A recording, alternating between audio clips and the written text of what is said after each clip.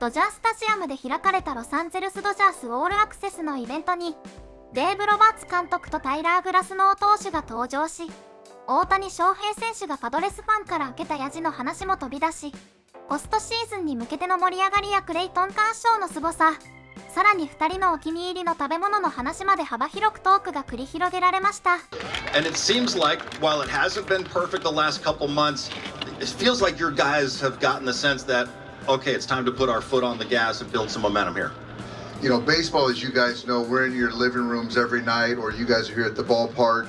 It's a long season, spring training, the season, the postseason, and so I think that to kind of manage the guys, and we've been banged up, but we never like to talk about it to use it as an excuse, but we're starting to get whole right now.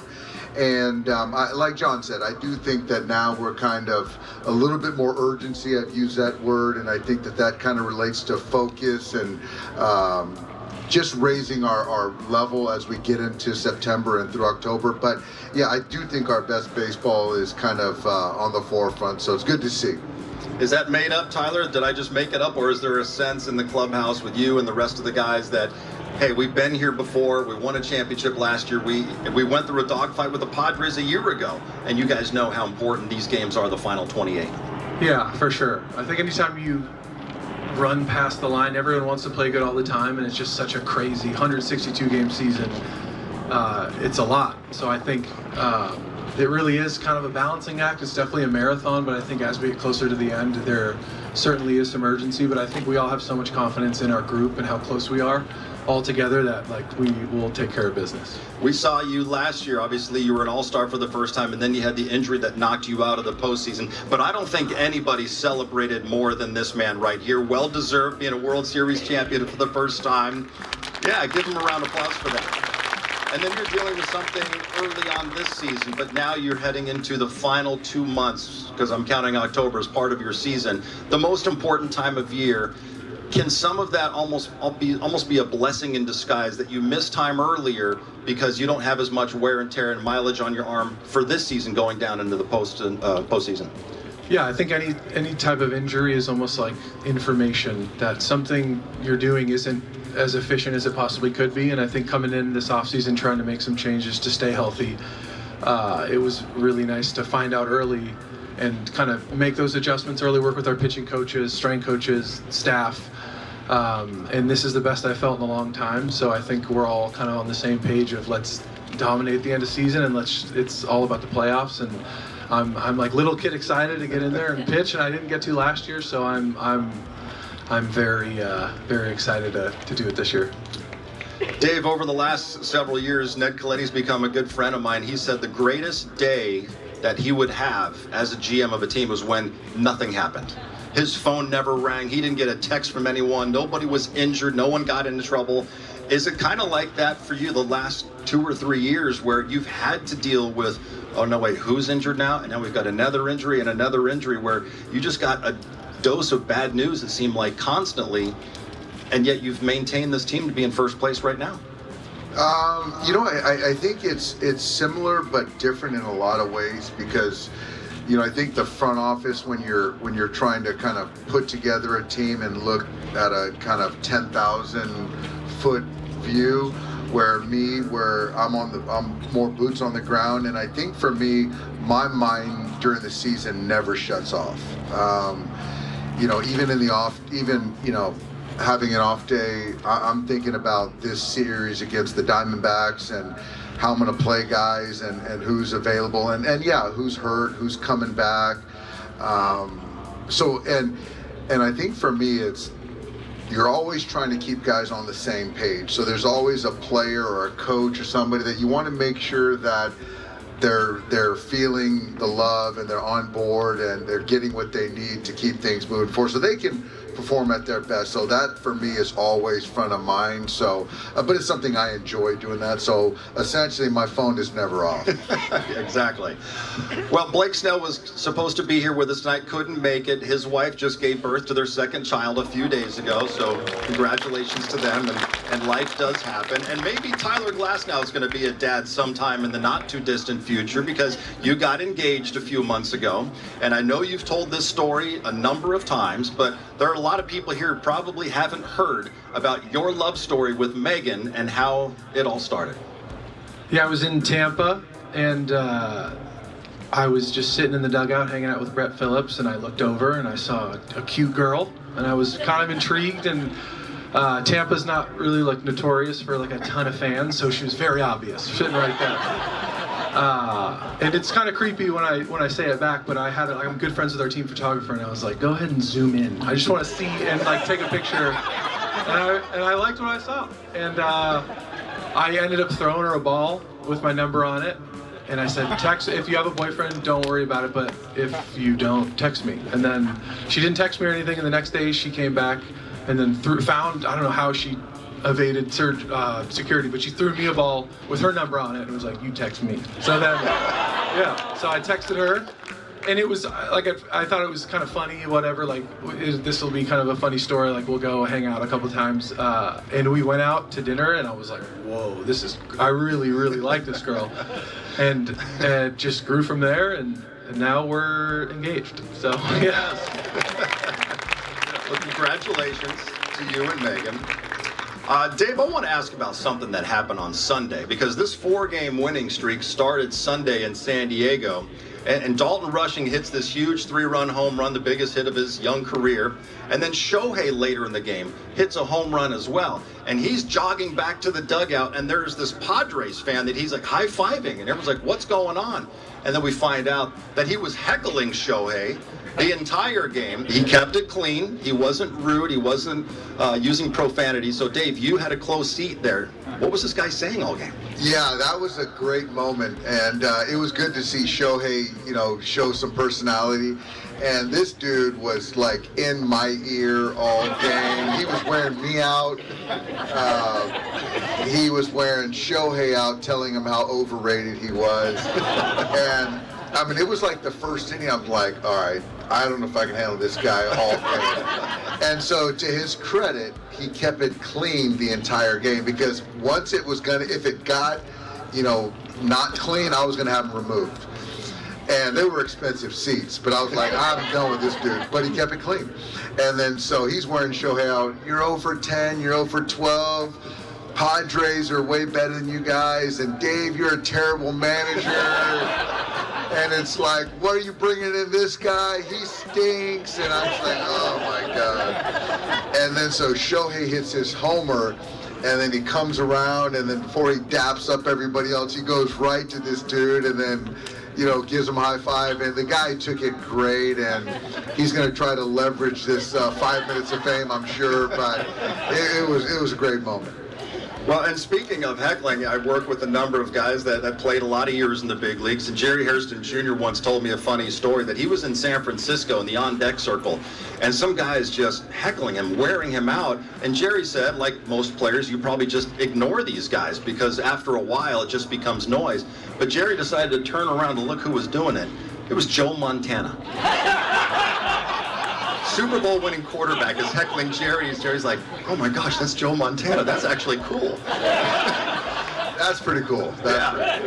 And then another one of our colleagues, Dontrell Willis, was in New York, and he admitted when he was warming up before facing the Mets at Shea Stadium, a bunch of Mets fans were all over him, and he admitted he got juiced up for that after he was listening to these guys, because they were probably less kind and clean. And he went out that night, pitched 8 1/3 innings against the Mets, got the win, and hit 2 home runs. But that's how you answer a heckler. Last one, Nomar told me that in your former place where you played in Tampa, that they actually had a notorious heckler who was the best. Nomar said this guy was great, he was clever, he was funny, he always kept it clean. He was the kind of guy, if a right-handed pitcher got shelled in an inning for the other team and he's walking off because the manager took him out, he would yell out to him, "Are you sure you're right-handed?" So that was the kind of stuff that he did. Do you guys have any stories of being heckled, you, Tyler, or Dave, throughout your career? So I'm probably more, Tyler's, a lot of pitchers are safe because they're on the mound. So when you're in the outfield, those guys are, they're drinking. And so I'm in center field. I get worn out. The Giants in where it used to be SBC, it's AT&T. They changed that ballpark's name every like 5 years. So up north, those fans used to wear me out. It's that whole "what's the matter with Roberts? He's a bum." One thing that was, I remember being in A-ball, and there was this thing in San Jose. There was a beer batter. So every game, they would pick a player from the visiting team was the beer batter guy. So if you struck out, everyone got like $1 beers. So then I was a guy that didn't strike out very much, did hit a lot of homers, but I didn't strike out. But one game, they had this tough left-handed pitcher, and then I hit left-handed. I was the beer batter guy. I'm like, oh my God. So I'm just like one strike. And then they're like, I don't know what they were saying. It's like, they're just cheering for me to strike out. Then I get 2 strikes, and I am just panicking. And it's like, I swear it's one of the most nervous I've been. And I'm in San Jose worried about these guys getting $1 beer. And it's just like, what the heck am I worried about? I should have just punched just to give them $1 beers. But anyway, I ended up striking out, and then the crowd cheered me. But, for the most part, it's a lot of fun. And, that's the great thing about baseball is like you can kind of, outside of Tyler, most of us look like pretty similar. We don't look like this guy who was like a Greek god and he's 6'9". But baseball players, you mostly can kind of relate to everyone, right?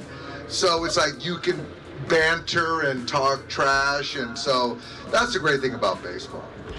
None for you, Tyler? No heckling stories? Or you just tune them out? You're so focused. Not particular. I think like every game you're in the bullpen, especially on the road, like there's always people talking, but you don't really notice it. Like, I guess I'm so used to it at this point. It's in New York or Philly, any like big, huge city, there's always going to be people saying something.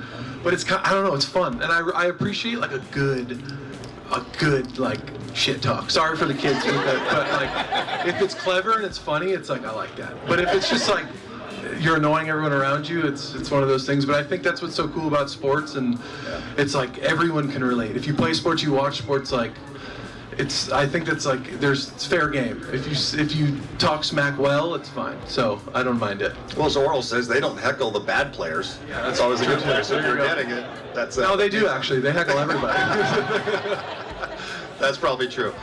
So I saw a Sarah Lang's tweet the other day, it's like a week ago, and it really caught my attention. I just want to share some of the information on it. Since 2022, among pitchers with at least 350 innings, Tarek Skubal has the #1 ERA in baseball, 2.65. The third lowest is Blake Snell, 2.76. You know who has the second lowest ERA since the start of 2022, Dave? It's one of your guys. He's sitting to my right. No, it's Clayton Kershaw. Really? I thought you were leading me in a certain way. No, but I wanted to ask both of you because I think everybody was at least a little surprised because everyone's, Clayton Kershaw's getting up there. He can't do it anymore. He just went 5-0 in August with, a 1.8 ERA. Second lowest ERA since the start of 2022. These are supposed to be his twilight years. So Tyler, as his teammate, how impressed are you just from the day-to-day of Kershaw, what he's able to do? Because he's not out there throwing 98 like you are anymore. Yeah, I think that was, signing here, my first thought was I get to go hang out with Clayton Kershaw and talk to him. I watched him in high school and everything. He was my favorite player, which is weird because he's like 4 years older than me. But I think the most impressive thing about him is, like you'd imagine just how good he is. It's like kind of easy for him, but you watch him throughout the week and his preparation and how he is on start day. It's like he's got the aura of like not like a nervous rookie, but he's very intense. Like he's very locked in, and I think when you play with dudes over a certain amount of time, you kind of, I guess the edge, I don't want to say it fizzles out, but you start to change a little bit. You get a little bit more comfortable. You get a little bit more like relaxed. He is so intense and so locked in, like it's his debut in the big league. So I just think his routine and how like monotonous he is with his day in and day out stuff is something no one I've played with has come close to him. Yeah. And I don't know how the guy's going to retire because it's like ingrained in his blood. Exactly. It's crazy. So. And both of these guys, big time foodies, and I know you guys have dinner reservations, but I want to ask, like when you go out on the road, where's the best food? What other cities on the road have the best food? Was it Japan when you were there earlier this year? I mean, Tyler, I saw you and Blake Snell crushing snacks in the dugout one time and all kinds of different snacks. So where are some of your favorite spots, as you two foodies can attest to? Yeah, you go first. I think if I did a little bit more like plan, Japan's relatively far, so I didn't really like plan as well as maybe I should have. But the food, I think what was cool about Japan is like you go anywhere, I think the culture is very much like if you're gonna do it well. So like you walk in anywhere, the food is good. But in my experience, my favorite place to eat is probably, I mean, New York is like an easy answer. Chicago and LA. I'm from here. I know like a pretty good amount of places to go, but I'd say probably those three for me are like the big ones. Okay. I think, yeah, I think probably Japan was fantastic. I've taken trips to Italy, so I love Italian food. In domestic, Chicago is great in the sense because a lot of times we play the Cubs, we have day games, so we can kind of enjoy the city and go to a dinner. But New York is certainly tough to beat as far as the diversity of food. And it's cool because Megan and Trisha, my wife, exchange texts on recommendations for food places. So we're all foodies, and it's just great. So yeah, it's always nice to get insight from other people too. Well, I'd love to be able to talk to both of you guys all night. I know you guys have to run. I just want to say thank you to everybody for being here. Thank you to Dave. Thank you to Tyler. Thank you to Magic Johnson, who was here. Thank you to our VIP sponsors. ロバーツ監督の現役の時のビアバッターのヤジの話も面白かったですね。あの頃は今とは比べ物にならないくらいの汚い言葉が飛んでたのでしょう。大谷選手のヤジへの対応も近くにいた監督から聞くことができ改めて最高でした。そしてグラスノー投手には今年こそポストシーズンでの登板と圧巻のピッチングを期待しています。